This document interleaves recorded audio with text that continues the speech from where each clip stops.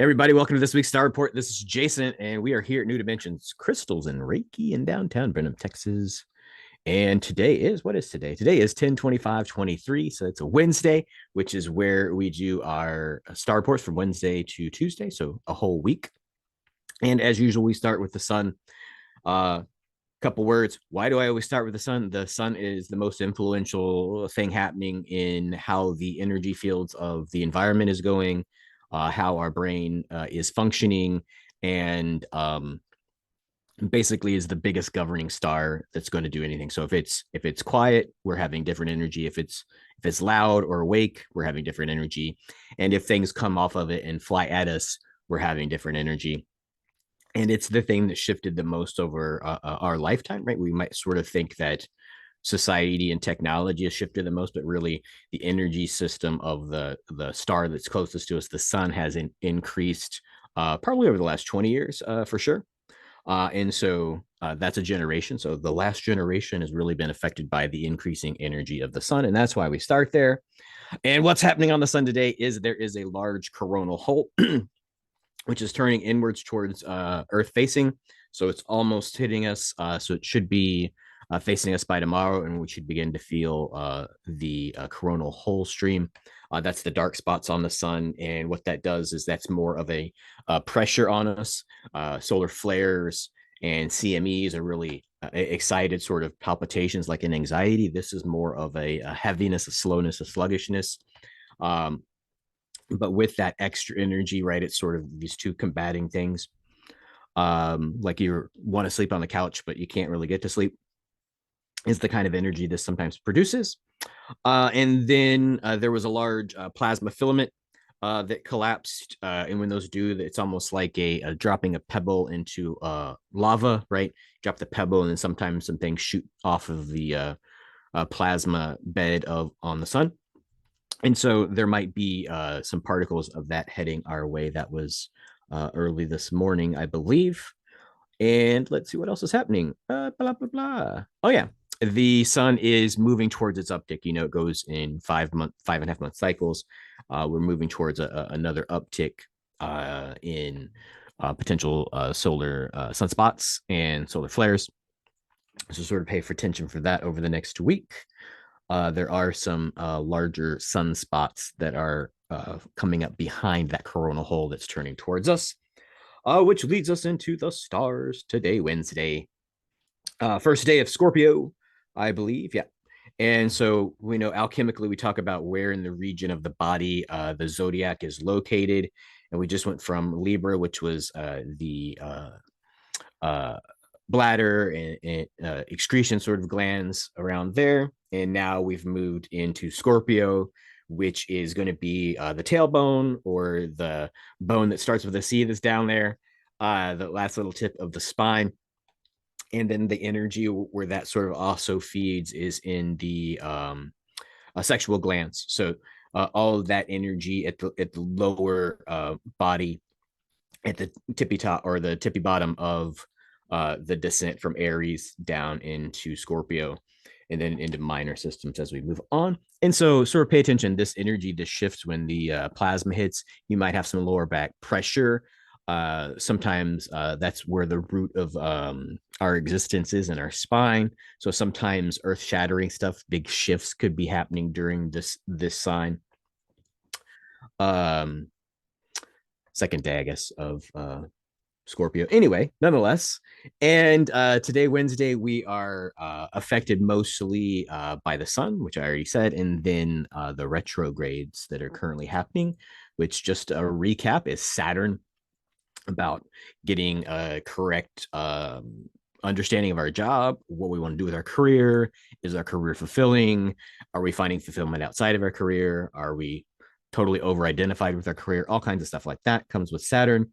Neptune, taking a slow sort of look, slowing yourself down and taking an inner look is a better way to say that. Sort of discover who you are at your spiritual core.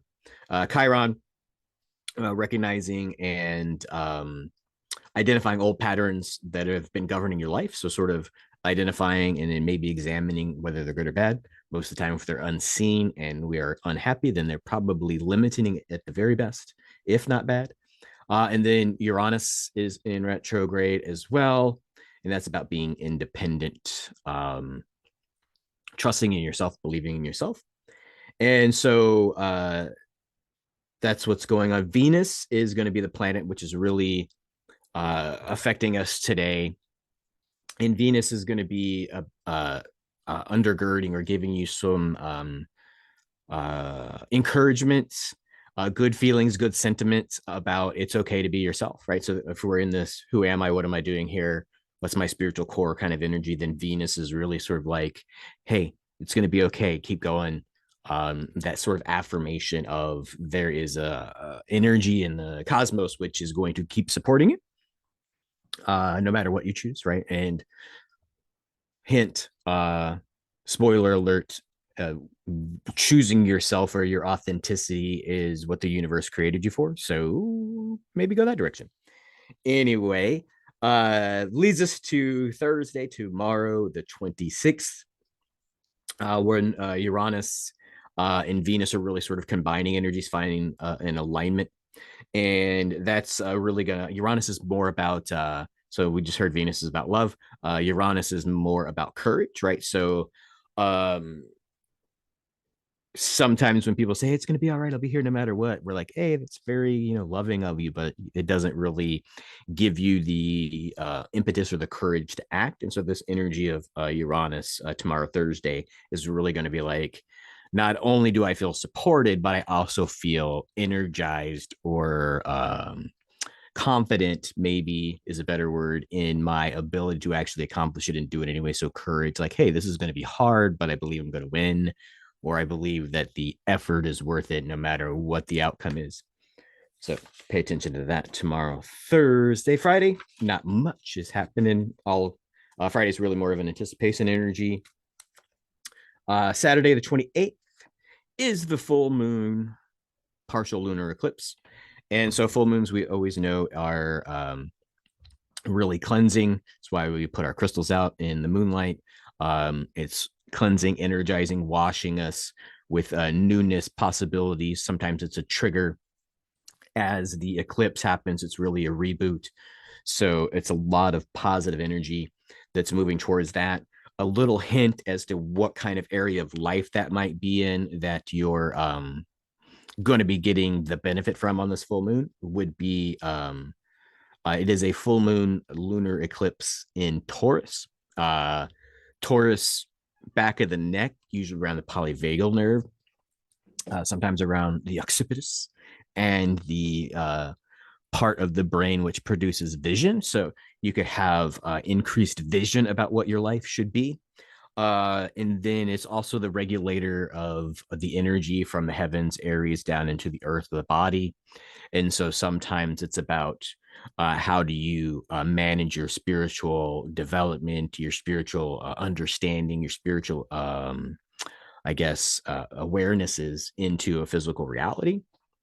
And then also Taurus in general, as a Taurus, Tauruses in general are really about creating comfort, right? So what are the things that you're going to need to be this person, right? And sort of begin setting those up, right? If it's like for your best life, you're going to have to be healthy, start eating right today. Best health starts with breathing first, right? So breathe right today. Start to regulate your breath, then maybe start to regulate your diet, then maybe start to regulate some exercise, or maybe add some exercise into that. That's a lot of mental capacity, a lot of bandwidth to sort of build new habits that way. And it's going to take you from 28 to 254 days to get that done. But that's the kind of energy of the full moon lunar eclipse happening on Saturday in Taurus, right? And then Taurus is really also the energy that's, hey, set the direction and then keep going that way, right? So it's really also a decision point kind of day, because bulls notoriously don't like to change course. Like, well, this direction is pretty good. So pay attention to that energy on Saturday, the 28th. Sunday, the 29th, go ahead and just let that shit go and be new, and easier said than done, but also possible to be done, and probably even more beneficial for doing something that's potential rather than staying put. But Sunday, yeah, nothing big happening in the cosmos. It's really just an in between time. Depending on where you are on the planet, the eclipse can be happening on the 29th too. So that's really the energy lingering into Sunday for us. Monday, the 30th, begins the post shadow. So we had before the eclipse, we had the 2 weeks in between eclipses, and now there's this lingering energy of the combo energy of what did the solar eclipse and what does the lunar eclipse do for us. The 30th is also a master day, right? So it's all of a sudden it's like we've been knighted, we've been crowned, we've been something, we've been acknowledged as uh, prepared, ready, whether that's self acknowledgement or cosmic acknowledgement, and we've been given the energy to go ahead and act like a master, right? So this is kind of graduation from, a high level course, whether it's, uh, you know, 10,000 hours of yoga, here's your certificate, it's this mastery energy. So we've been working on ourselves for this entire retrograde year, right? This entire retrograde couple of years. Now's really the shift, right? And the solar energy and it's pole flipping the eclipse energy is really going to be moving in to help us move that energy the 30th. So that is next Monday. Leads us into Tuesday. um All Hallows Eve, I guess it's Halloween for I guess everybody celebrates. And maybe whoever celebrates Halloween, All Hallows Eve, All Souls Day, whatever words you want to give to it.